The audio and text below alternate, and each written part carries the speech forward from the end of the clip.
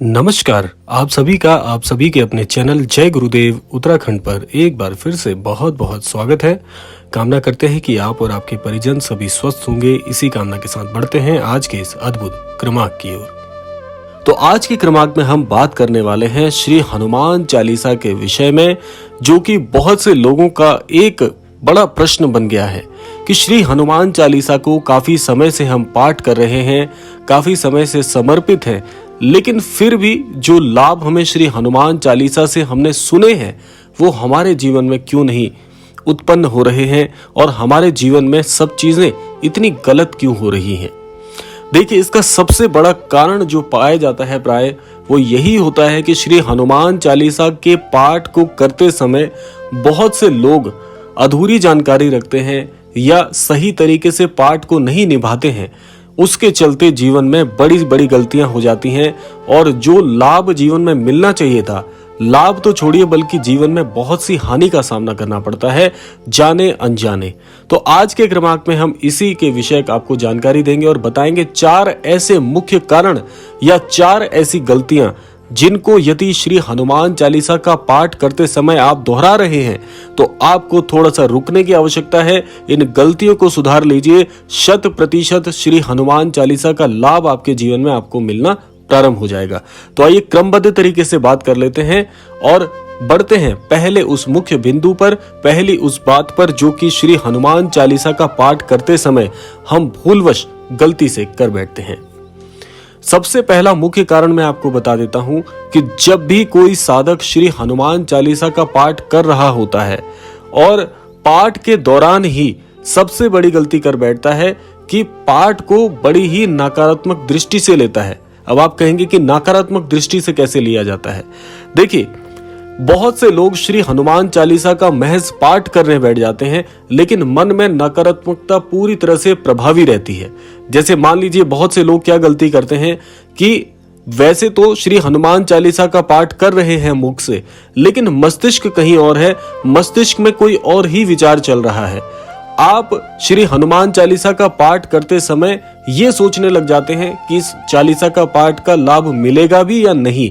जब आपके मन में पहले ही संशय आ गया, जब पहले ही मस्तिष्क में शंका बैठ गई, तो कैसे आपको श्री हनुमान चालीसा के पाठ का लाभ मिल सकता है, जबकि आपका विश्वास ही नहीं रहा।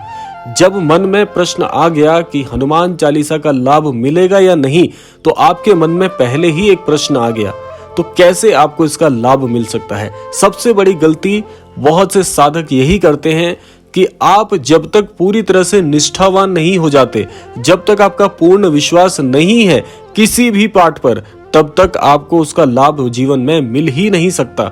सबसे पहले पाठ करने से भी पहले मैं आपको यही कहूंगा कि पहले मन में विश्वास अडिग बना लीजिए। जब आपका विश्वास अटूट होगा, अडिग होगा, तो आपको श्री हनुमान चालीसा का पाठ और उसका लाभ इतना अद्भुत मिलेगा कि जीवन में अन्यत्र किसी पाठ को करने की आवश्यकता ही नहीं रह जाएगी।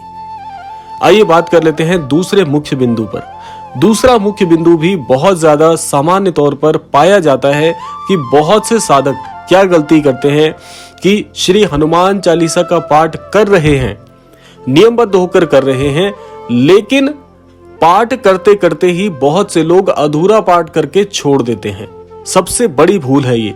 इसके साथ साथ बहुत से लोग और क्या गलती करते हैं कि पाठ करते करते समय ही बहुत से अन्य लोगों के साथ बातें करने लग जाते हैं और फिर से पुनः पाठ प्रारंभ कर देते हैं। अगर आप भी ऐसी गलती कर रहे हैं, पाठ को कभी भी खंडित मत होने दीजिएगा, क्योंकि इस किस्म का किया गया पाठ खंडित पाठ कहलाता है और खंडित पाठ का लाभ जीवन में कभी नहीं मिलता। भले ही आप एक दिन में 11 पाठ कर लीजिए, 21 पाठ कर लीजिए, 108 पाठ कर लीजिए, लेकिन इसी क्रम में करेंगे, इसी स्वरूप में करेंगे, तो आपको श्री हनुमान चालीसा के पाठ का शून्य भर लाभ भी नहीं मिलेगा। इसीलिए इस भूल को आपको ठीक करना है। बहुत से लोगों को जानकारी नहीं होती है, तो इसीलिए इस जानकारी से आप सभी का श्री हनुमान चालीसा का पाठ बहुत ही अद्भुत होगा कि अपने पाठ को लयबद्ध तरीके से, क्रमबद्ध तरीके से और पूरी निष्ठा के साथ करिए। पाठ को खंडित मत होने दीजिए, क्योंकि ऐसी अवस्था में किया गया कोई भी पाठ लाभवान और लाभान्वित करने वाला नहीं होता। आइए बात कर लेते हैं तीसरे मुख्य बिंदु पर। अब देखिए तीसरी सबसे बड़ी गलती क्या होती है। जब भी आप श्री हनुमान चालीसा का पाठ करते हैं तो बहुत से लोग इस बात को नहीं जानते कि तामसिक भोजन जैसे मदिरा पान आदि करने के बाद श्री हनुमान चालीसा का पाठ करते हैं।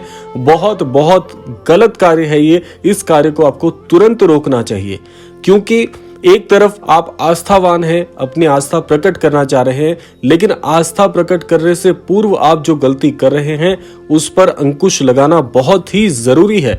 क्योंकि जब तक आप ये गलती दोहराते रहेंगे और फिर बाद में आपके मन में यही बात आएगी कि हमने ईश्वर के प्रति आस्था भी दिखाई, विश्वास भी दिखाया, श्री हनुमान जी पर भरोसा भी किया, लेकिन हमारा भरोसा नहीं पूरा हो पाया, श्री हनुमान जी हमें जीवन में उत्कृष्ट नहीं कर रहे हैं, लाभान्वित नहीं कर रहे हैं, तो ये सारी बातें आप श्री हनुमान जी पर थोप देते हैं, जो कि बहुत गलत बात है।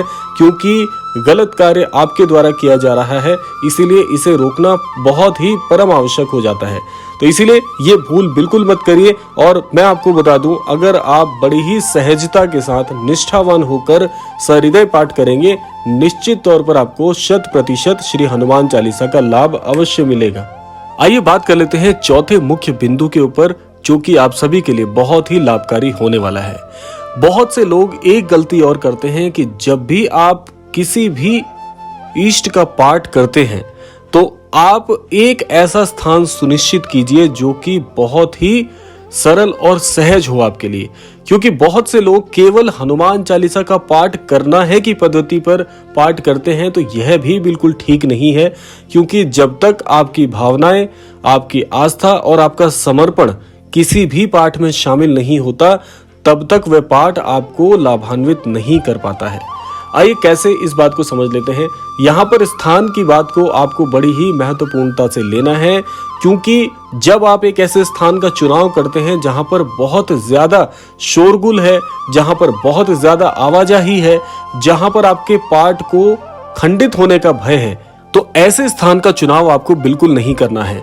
जब आप पूरी तरह से तत्पर हो, अपने मस्तिष्क से तैयार हो कि आपको अब पाठ करने के लिए सही जगह का चुनाव आपने कर लिया हो, तब आप ऐसे सही स्थान पर बैठकर श्री हनुमान चालीसा का पाठ करें। क्योंकि इसमें आपके लिए बाधाएं नहीं आ रही हैं, और जब पाठ में बाधा आ जाएगी तो पाठ आपका खंडित माना जाता है, इसीलिए खंडित पाठ का लाभ आपको नहीं मिल पाता है।